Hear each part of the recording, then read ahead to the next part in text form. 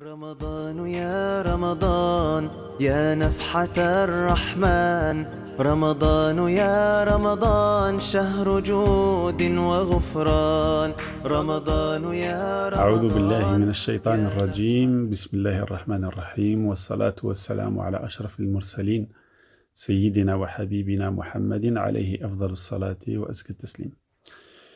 J'ai choisi aujourd'hui de vous parler du jeûne.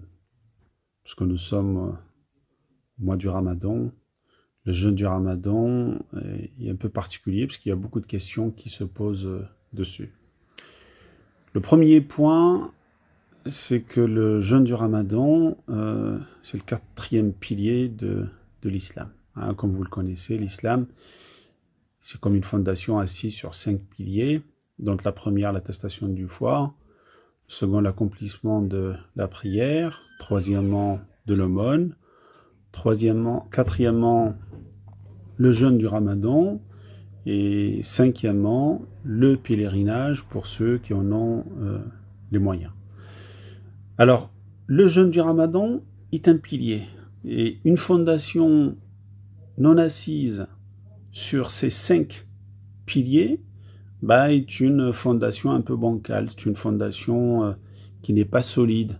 Une maison qui bouge, il n'y a personne qui séjourne là-dedans et puis personne ne dort là-dedans, de peur qu'elle s'effondre. Et du coup, ce pilier est important.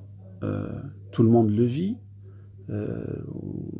tous les jours, mais c'est pas toujours évident pour les uns et pour les autres.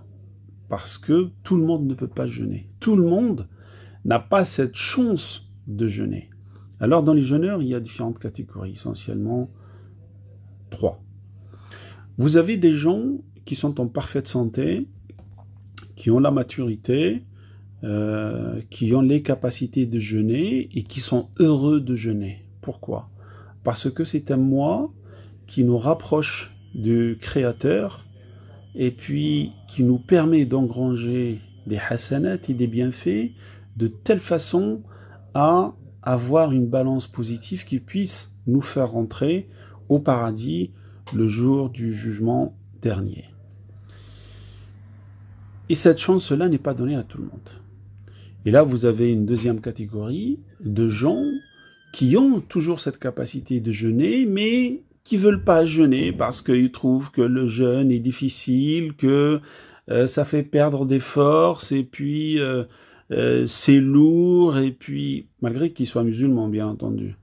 Et ceux-là, ils sont pas perdus, ceux-là, ils ont besoin d'explications, ils ont besoin d'être convaincus de telle façon à ce qu'ils rejoignent le premier groupe. Et puis nous avons un troisième groupe, je parle toujours de gens musulmans, de gens croyants, qui vivent leur religion, et ceux-là, ils veulent faire le ramadan, mais ils ne peuvent pas le faire. Ils ne peuvent pas le faire parce qu'ils ont des problèmes physiques. Et ils n'ont pas cette capacité d'endurer une journée de jeûne.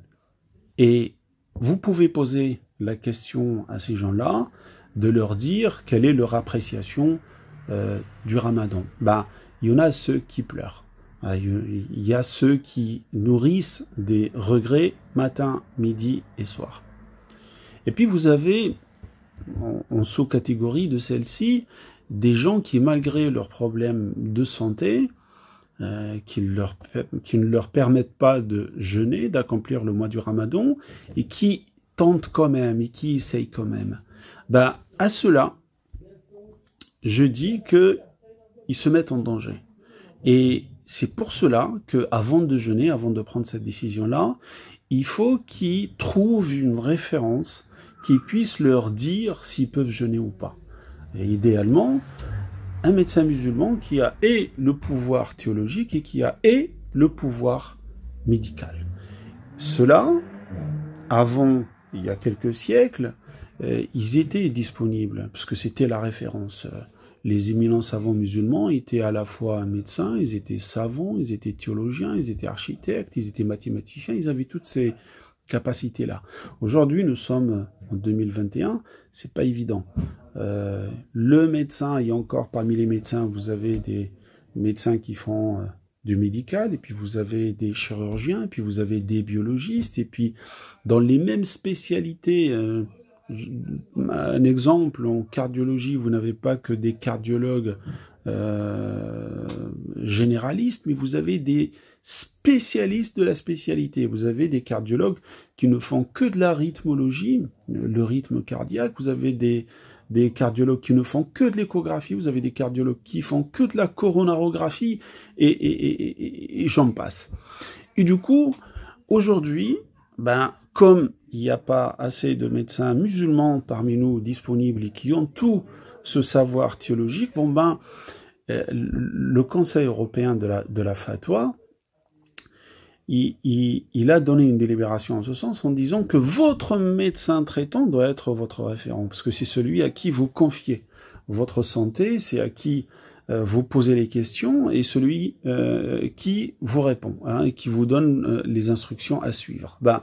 À celui-là, vous lui posez la question, même s'il n'est pas musulman, parce qu'il est tenu quand même par l'éthique, qui vous dira qu'est-ce qu'il y a lieu de faire, et c'est cet avis-là que vous prendrez. Si maintenant vous avez toujours des doutes et puis des questions, vous pouvez toujours revenir ou chercher un médecin musulman qui ait ce savoir théologique, afin de répondre à ces questions et afin de lui poser la question de savoir si vous pouvez jeûner ou pas.